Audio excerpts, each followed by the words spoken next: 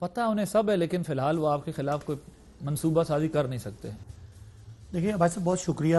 3 باتیں آپ کے پارٹیسپینٹس نے آپ نے ڈسکس کی ہیں. ایک اپوزیشن کی سیاسی حیثیت, ایک معیشت کے مسائل اور ایک گورننس کے مسائل. سب سے پہلے معیشت کے حوالے سے آج بہت اچھی خبر آئی ہے کہ موڈیز نے پاکستان کی ریٹنگ کو اور بہتر کر دیا, ٹھیک ہے, اور مستحکم کر دیا. کورونا کے باعث دنیا کی معیشتیں ڈوب گئی, لیکن پاکستان نے جس طرح کی ایک بیلنس اپروچ رکھی, ایک لیڈرشپ دی اور فرنٹ فٹ پہ جا کے WHO کی بھی جو ریکمنڈیشن تھی ان کو رد کیا اور کہا کہ نہیں, ہم اس کو لاک ڈاؤن کو نہیں سمجھتے, ہم سمجھتے ہیں کہ معیشت ہمارے لیے, پاکستان کا غریب ہمارے لیے بڑی پرائورٹی ہے. اس کا رزلٹ آنا شروع ہو گئے.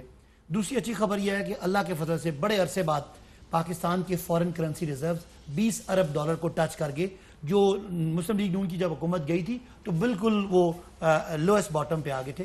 تیسری خبر یہ ہے کہ پاکستان کی اکانومی کی جو صحت بتاتی ہے وہ آپ کی بتاتی ہے سٹاک مارکیٹ وہ بہت ہی مثبت جا رہی ہے, اور 4 سال کے پچھلے ریکارڈ اس نے بریک کیے ہیں اپنی گروتھ کے.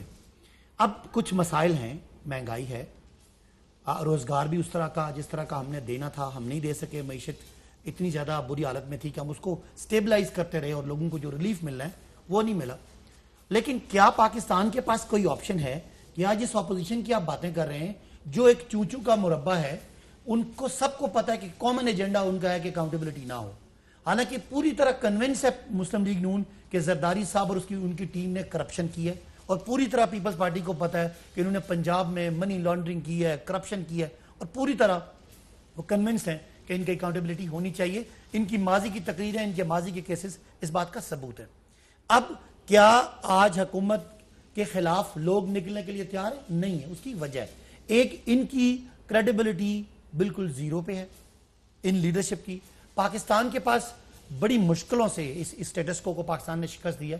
مشکلات کے باوجود لوگ PTI پہ اور عمران خان پہ پوری طرح اعتبار کرتے ہیں, لہذا ان کو اپنی حیثیت کا پتہ ہے. یہ ایک دوسرے کے ساتھ بھی دھوکہ کر رہے ہیں, قوم کے ساتھ یہ بار بار دھوکہ کر چکے ہیں. آپ کیا چاہتے ہیں؟ آپ نے اور پوری پاکستان نے مل کے دعائیں کر کے ان سے جان چھڑائی ہے. یہ جو بیماری کی وجہ ہیں ان کو دوبارہ لے آئیں. آپ ایک بات کریں, میں ایک بات دوں گا, کرپشن از ون ایشو. آپ اکانومی کو خراب کرنا, آپ قرضے لینا, آپ اننیسیسری غیر ضروری منصوبے لے کے اس قوم پہ لادنا, اس ملک کے ادارے جو بڑے ادارے جو پروفٹ میکنگ ادارے تھے ان کو ڈبونا, اس ملک میں کرپشن کے لیے اپنے خاندانوں کو اور ذاتی کاروباروں کو پروٹیکشن کرنا, اس ریاست کو منی لانڈرنگ اور کرپشن کے لیے استعمال کرنا. کیا پاکستانی قوم اس مصیبت, اس وبا, اس بیماری جو پچھلے 30 سال دیکھی ہے اس کو دوبارہ سر پہ اٹھانے کے لیے تیار ہے؟ جواب ہے نو.